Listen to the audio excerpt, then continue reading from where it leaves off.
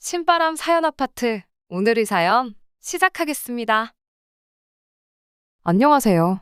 얼마 전 파혼하게 된 20대 후반의 여성입니다. 청첩장까지 나왔던 건 아니지만 친척분들이며 주변 가까운 사람들 모두한테 제 결혼 소식을 전했던 상황인지라 저도 파혼까지 하고 싶었던 건 아니에요. 하지만 하나를 보면 열을 알 수 있다잖아요. 예비 시어머니가 보여준 몰상식한 행동이 발단이 되긴 했지만 예비 신랑이 중간 역할을 조금이라도 잘해줬으면 상황은 달랐겠지요. 하지만 팔은 안으로 굽는다고 예비 시어머니 편을 들어주면서 오히려 저를 이상한 사람 만드는 예비 신랑 모습을 보니 파혼 말고는 다른 방법이 없겠더라고요. 이렇게 파혼하게 된 것이 정말로 유감이긴 하지만 다시 생각해봐도 정말 잘 내린 결정이었구나 하는 생각밖에 들지 않네요.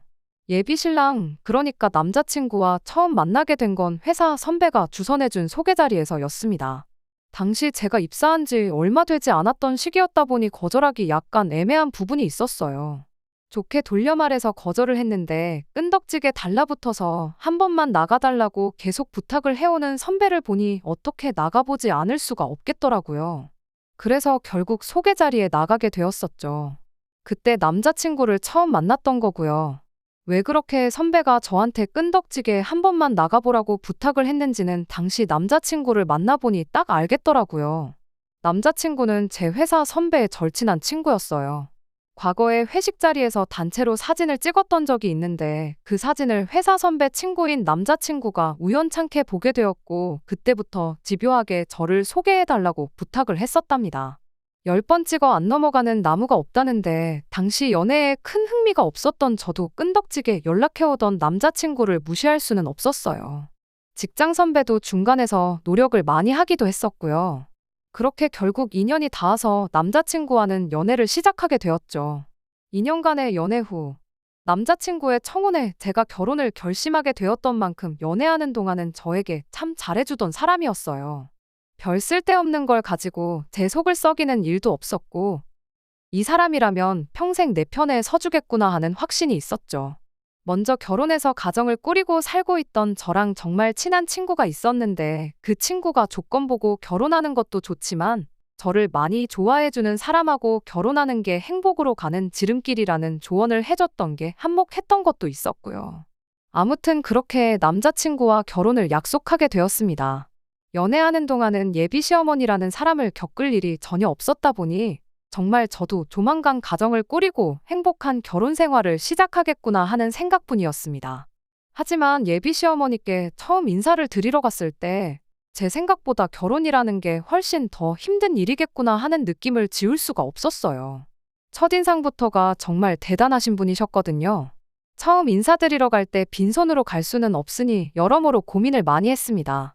남자친구가 저희 집에 결혼 허락받으러 처음 인사 왔을 적에는 과일 바구니를 사들고 왔었어요. 저도 똑같이 과일 바구니 가져가면 쉬운 일이겠지만 그렇게 할 수는 없었습니다. 남자친구가 자기 집 식구들은 전부 과일들을 안 좋아한다고. 여름에 한참 더울 때 수박 몇 통 사 먹는 거 말고는 집에서 과일 구경을 하기가 힘들다는 이야기를 연애할 때 해줬던 적이 있었거든요. 그런 상황인데 남자친구가 과일 바구니 가져왔다고 저도 똑같이 과일 바구니를 가져가면 성의가 없다고 생각하진 않을까 싶기도 했고 말이죠. 그래서 이것저것 고민하다가 꽃다발과 식사하기 전에 간단히 먹을 수 있는 전통차를 가져갔어요. 예비시댁에 도착해 먼저 인사부터 드리고 식사는 근처에 남자친구가 예약해놓았다는 고깃집에서 외식을 할 계획이었거든요. 그런데 그때 반응이 참 안 좋았었습니다. 예비 시어머니가 제가 들고 온 꽃다발을 보자마자 표정이 일그러지는 게 제 눈에도 딱 보였어요.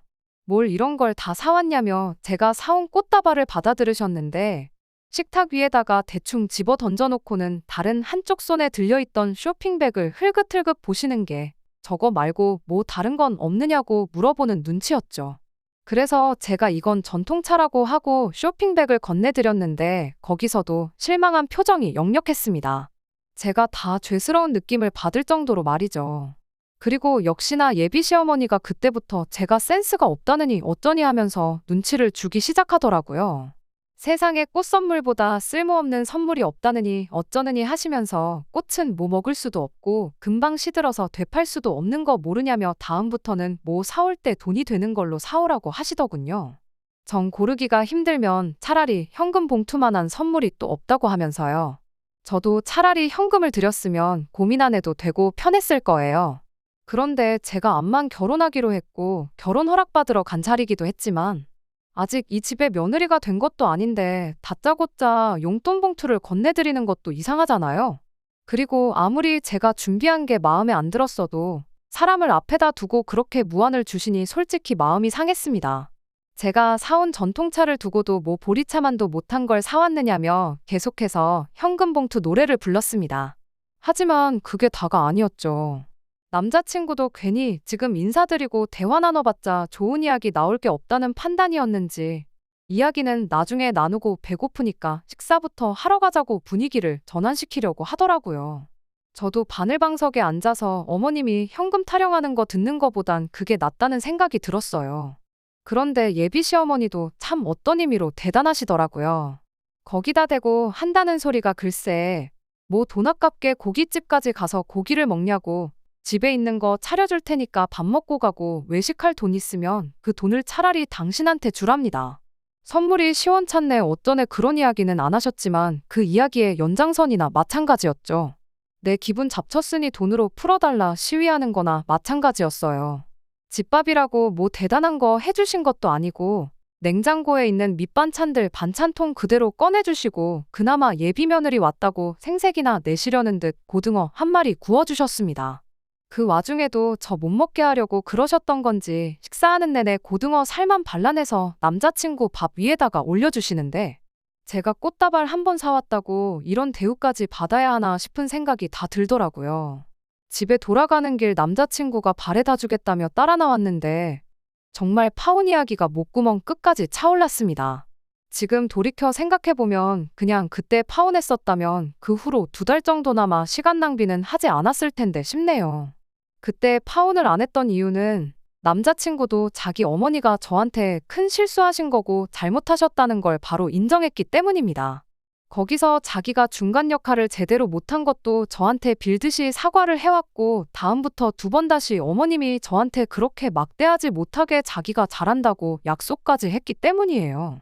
저도 금방 화를 풀 수 있었던 건 이러나 저러나 제가 남자친구랑 결혼하는 거지 남자친구네 어머니랑 결혼하는 게 아닌 걸 알았다 보니 중간에서 남자친구가 자기 역할만 똑바로 해준다면 2번은 있지 않을 일이라고 생각했기 때문입니다. 그때는 팔이 안으로 굽는 법이라는 걸 전혀 생각도 하지 못했지만 말이죠. 그 뒤로 예비 시어머니를 한 번 더 찾아뵐 일이 있었어요. 그때는 그 노래를 부르던 현금 봉투는커녕 당한 게 아직 앙금으로 남아있었다 보니 그냥 빈손으로 찾아갔었습니다. 그런데 또 웃긴 건 예비 시어머니는 꽃다발을 사갔을 때보다 빈손으로 왔을 때 오히려 더 정상적인 사람처럼 보였고 저한테도 꽤나 잘해주셨었죠. 한편으로는 빈손으로 온 저한테 아무 말도 안 한 게 남자친구가 저랑 약속한 대로 어머님한테 잘 말씀드렸구나 그런 생각도 들어서 저도 기분이 좋았었죠. 그날 양가 상견례 날짜도 잡게 되었고요. 상견례 때는 따로 별다른 사건은 없었어요. 결혼이야 남자친구랑 벌써 양가 어른들 도움 없이 우리 모은 돈만 가지고 반반 결혼을 하는 게 좋겠다는 식으로 이야기가 되어 있었다 보니 그날 자리는 정말 말 그대로 양가 어른들이 처음 인사를 나누는 자리로 좋게 마무리가 되었었거든요. 상견례 이후로 남자친구와는 결혼식 날짜는 대충 언제쯤에 하는 게 좋겠다. 식장은 어디가 좋다더라 하는 이야기 정도만 나누고 있었어요. 그때쯤이 1년 중에 저희 회사가 가장 바쁠 시기라서 그 시기만 넘기고 본격적인 결혼 준비를 시작하려고 했었거든요. 그런데 그때쯤 예비 시어머니한테서 예단은 어떻게 할 거냐는 연락을 받게 되었네요. 결혼은 허례허식 빼고 남자친구와 제 돈만 가지고 하기로 했었고 당연히 예단과 예물은 생략하자고 벌써 이야기를 해놓은 상황이었거든요. 제가 예단은 안 하기로 했다고 대답하는 방법도 있었지만 처음 인사드리러 갔던 그날의 악몽이 떠올라서 이 부분은 남자친구한테 맡기기로 했습니다. 어머님껜 남자친구랑 이야기해보겠다는 간단한 대답만 했고 바로 남자친구한테 연락해서 이 부분은 잘 좀 설명드리라고 부탁을 했었죠. 남자친구는 알겠다고 자신있게 대답을 했는데, 며칠 뒤에 아무리 생각해봐도 친척들 보는 눈이 있는데 예단을 생략하는 건 경우가 아닌 것 같다며 최소한이라도 하는 게 어떻겠냐는 말을 꺼내왔습니다. 그래서 알겠다고 대답했죠. 대신 저도 예단한 만큼 예물을 받아야겠으니 그리 알라고 말했죠. 알겠다고, 그럼 그렇게 하자고 대답한 남자친구였는데 그 뒤로 예단에 대한 이야기는 쏙 들어갔어요. 주거니 받거니 하는 거니 상관없다 생각했으니 안 해도 그만, 해도 그만이었던지라 저도 먼저 이야기 나올 때까지는 예단을 어떻게 해야 하느냐 물어보진 않기로 했었죠. 그러던 와중에 파혼을 결심하게까지 만든 사건이 터져버리게 되었습니다. 회사가 바쁜 시기라 정신없이 일하고 있던 중이었는데 예비 시어머니한테서 전화가 한 통 걸려왔어요. 무슨 일로 전화를 다 하셨나 싶었는데 다짜고짜 당신이 지금 저희 회사 근처에 와 계시답니다. 저희 회사가 예비시댁에서 거리가 있다 보니 예비 며느리 보겠다고 일부러 지나가다 들리신 건 아닌 것 같고 작정하고 찾아오신 건가 하는 불길한 생각부터 들었어요.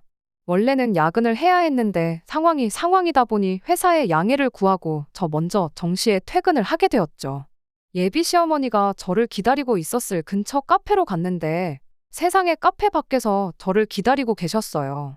커피 한 잔 시키는 게 아까워서 저 올 때까지 밖에서 기다리셨던 건가 싶었는데 예상외로 그건 아니더군요. 그렇다고 카페에서 저랑 대화나 나누자고 오신 것도 아니었고요. 대뜸 저보고 어디 당신이랑 같이 갈 곳이 있다고 하더니 택시를 잡으시더라고요. 다들 예상하셨겠지만 택시비는 제가 냈네요. 도착한 곳은 저희 회사에서 가까운 거리에 있는 근처 대학병원 장례식장이었습니다. 대체 왜, 누구 장례식이길래 예비 며느리인 저를 굳이 데리고 여기까지 오셨나 싶었는데 장례식은 예비 시어머니의 지인분 장례식이었습니다. 굳이 정확하게 짚어서 말한다면 예비 시어머니 고향 친구분의 남편 되시는 분의 장례식이었죠. 그러니까 저한테는 생판남이나 다름없는 사람이고요. 제가 아닌 예비 시아버지, 적어도 아들인 남자친구와 같이 가야 마땅한 장례식에 왜 저를 데리고 오셨나 했더니 아니나 다를까 장례식장 앞에 있는 ATM기를 가리키더니 저보고 부조금하게 저기서 한 50만 원 정도만 뽑아오라 시키는 겁니다. 예비 시어머니가 50만 원이 없어서 그런 건 당연히 아닐 거라는 생각이 들었고 굳이 저를 데려온 이유가 제 돈으로 부조를 하려고 그랬던 거구나 하는 걸 대번에 알게 되었죠. 거기서 대판 싸우는 방법도 있었겠지만 앞만 모르는 사람일지라도 장소가 장례식장 앞인데 거기서 싸워봐야 뭐 하겠냐는 생각이 들더라고요. 어이는 없었지만 남자친구한테 돌려받으면 되겠지 싶은 생각으로 현금 인출해서 제 돈으로 정말 일면식도 없는 분 장례식에 부조를 했습니다. 장례식장 안에는 들어가기 뭐했어요. 모르는 사람 장례식에 가는 것도 가는 거지만 당시 제가 입고 있던 복장이 장례식장에 어울리는 복장은 아니었거든요. 예비 시어머니가 너네 회사는 얼마나 막 나가는 회사길래 정장도 안 입고 출근을 하냐고 하셨는데 요즘 복장 가지고 그러는 회사가 얼마나 된다고 저러시나 싶었죠. 더 어이가 없는 건 장례식 마치고 예비 시어머니가 상주분하고 대화를 나누는데 저를 며느리라고 소개를 하더니 며느리 데려왔는데 뭐 시킬 일은 없느냐고 물어보시더라고요. 어머님 친구분도 어리 빠져서 얘가 뭔 소리를 하는 건가 하는 표정으로 어머님을 한번 쳐다보고 또 저를 되게 안쓰러운 표정으로 쳐다보시더군요. 그분이 어머님께 장례식장인데 당연히 일하는 사람들이 다 알아서 해주니 그런 거 신경 쓰지 말라고 마음만 받겠다고. 다행히 정리를 잘해주셨어요. 장례식 끝나고 나와서는 예비 시어머니가 오랜만에 외출을 했더니 다리가 아프시다며 올 때는 지하철 타고 왔는데 갈 때는 도무지 지하철을 못 타겠다. 택시를 타야겠다 하시는 겁니다. 누가 들어도 택시비 대신 내주고 택시 태워서 집에 보내달라는 말로 들렸는데 저도 일부러 못 알아듣는 척 했어요. 다리 아프시면 택시 타셔야죠. 택시 타고 가는 게 훨씬 편하죠 하면서 맞장구만 쳐줬지. 제가 택시 잡아드리겠단 말은 끝까지 안 했습니다. 그리고 집에 돌아왔네요. 남자친구한테 내 돈으로 낸 부조금을 돌려달라고 해야 하나 말아야 하나 여러모로 생각을 하면서 전화기를 들었다 놨다 하고 있는 와중에 제 마음을 읽은 건지 남자친구한테서 전화가 걸려왔습니다. 전화를 받자마자 남자친구의 열받은 목소리가 들려왔어요. 연애하면서 정말 사소한 다툼 말고는 크게 싸운 적이 없었는데 그 어느 때보다 화가 잔뜩 나 있는 남자친구의 목소리를 들으니 당황스럽더라고요. 왜 그렇게 화가 났나 했더니 예비 시어머니가 다리 아프다는데 지하철 태워서 보내는 게 말이나 되냐며 저보고 제정신이냐고 따져 물으려고 했던 전화였네요. 저도 치사해서 말할까 말까 고민하고 있었는데 남자친구가 먼저 저렇게 나오니 말을 안 할 수가 없겠더라고요. 그래서 오늘 무슨 일이 있었는지나 아냐? 내가 회사에 양해까지 구하고 일찍 퇴근해서 어디를 다녀왔는지나 알고 나한테 열을 내는 거냐 따져 물었습니다. 세상에 태어나서 얼굴 한번 마주친 적 없는 분 장례식장에 가서 내 돈으로 부조금 50만 원 내고 왔다고. 안 그래도 그것 때문에 당신한테 한마디 해야 하나 말아야 하나 고민하고 있었는데 당신이 먼저 화를 내주니 할 말은 해야겠다고 당장 제 통장으로 50만 원 보내라고 했습니다. 예비 시어머니도 어이가 없다고.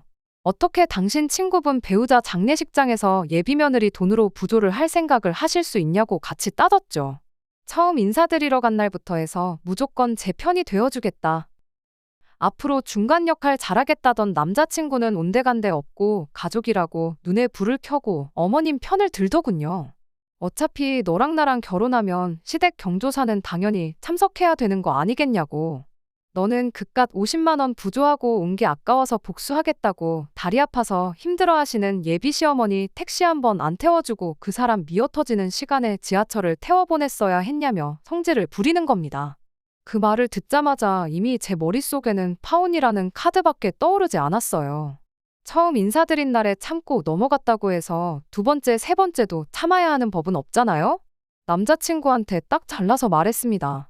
길게 말할 것도 없고 오늘부로 파혼이라고. 앞으로 결혼 준비고 뭐고 할 것도 없고 내일부터는 그냥 남남이 되는 거니 연락이고 뭐고 하지도 말라고 했죠. 지렁이도 밟으면 꿈틀한다는데 남자친구는 제가 시작하자마자 파혼하자는 말을 꺼낼 거라고는 생각도 못했나 봅니다. 파혼 이야기 나오자마자 떵떵거리던 큰 목소리가 개미마냥 작아지더니 난데없이 자기가 잘못했다며 사과를 해오더군요. 중간 역할 제대로 못하고 아니 애초에 할 생각도 없었던 남자친구가 문제이긴 했지만 구차하게 나오는데 확실하게 싹을 밟아줘야겠다는 생각밖에 들지 않았어요. 그래서 조금 모질 수도 있지만 당신 어머님이 잘못한 건데 왜 당신이 사과하냐고. 나한테 제대로 사과하고 싶으면 어머님이 내 돈으로 부조한 돈 50만 원 들고 찾아와서 나한테 직접 사과하게 만들라고 전했습니다. 제가 화만 풀 수 있다면 뭐든지 하겠다던 남자친구도 그것만큼은 못하겠다고 다시 자존심을 부리더군요. 그래서 그럼 잘 알겠다고 오늘부로 당신도 파혼하는데 합의를 한 걸로 알겠다 말하고 두 번 다시 연락하지도 말고 마주치지도 말자 말하고 파혼하기로 했습니다. 솔직히 100번 양보해서 남자친구 말대로 예비시댁 경조사 참여했다고 칠 수 있어요. 그 장례식이 친구분 남편 되시는 분 장례식이 아니라 시댁 친척분들 장례식이었다면 그 부조금을 내는 데 있어서 한치의 의문도 들지 않았을 겁니다. 그리고 한 가지 더, 장례식장 처음 가보시는 것도 아닐 텐데 굳이 친구분한테 며느리 데려왔으니까 일 좀 시킬 거 없냐고 묻는 것부터가 이미 어머님이 저를 며느리로 보고 있는 게 아니라 무슨 화풀이 대상으로 보고 있다는 거나 마찬가지였죠.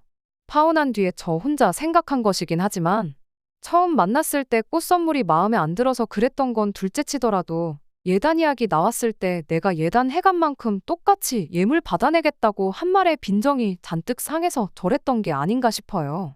예단을 못 받는다면 어떻게든 결혼 전에 돈 나갈 일 있으면 예비 며느리 돈으로 다 해야겠다 작정을 하셨던 거란 생각밖에 들지 않네요. 사람이 돈을 좋아할 수는 있지만 돈 몇 푼에 사람을 사람처럼 대해주지 않는 사람을 시어머니로 모셔야 한다면 저도 충분히 결혼을 다시 생각해 볼 수 있는 문제라고 생각해요. 파혼하기로 하고 며칠 지나지 않아서 회사 선배가 저를 따로 불러내서 한다는 말이 왜 갑자기 이제 와서 파혼을 하느냐 그게 말이나 되냐며 아무쪼록 잘 풀고 만나보라더군요. 자초지종을 모르고 하는 소리인 것 같아서 있었던 일을 모두 다 이야기해줬어요.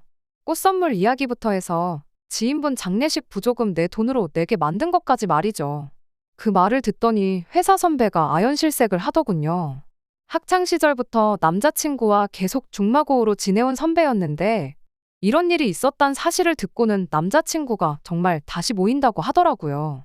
그리고 얼마 전에 회사 선배가 저한테 한다는 소리가 결국 자기도 남자친구를 손절했다고 하더라고요. 곰곰이 생각해보니 그동안도 자기 돈 몇 푼 쓸 때는 엄청 생색내고 친구들 돈 쓸 때는 엄청 궁시렁대고 그랬었나 보더라고요.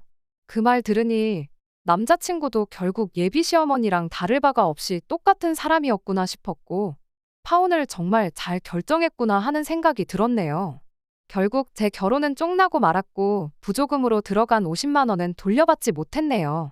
하지만 돈 50만 원으로 앞으로의 제 암울할 뻔했던 결혼을 물을 수 있었으니 그 값으로는 싸게 먹혔다고 생각하려고 합니다.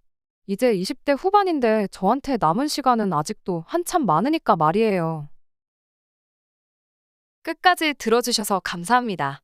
오늘의 사연은 여기까지입니다. 구독과 좋아요, 알람 설정 부탁드리고 더 좋은 사연으로 다시 찾아뵙겠습니다. 감사합니다.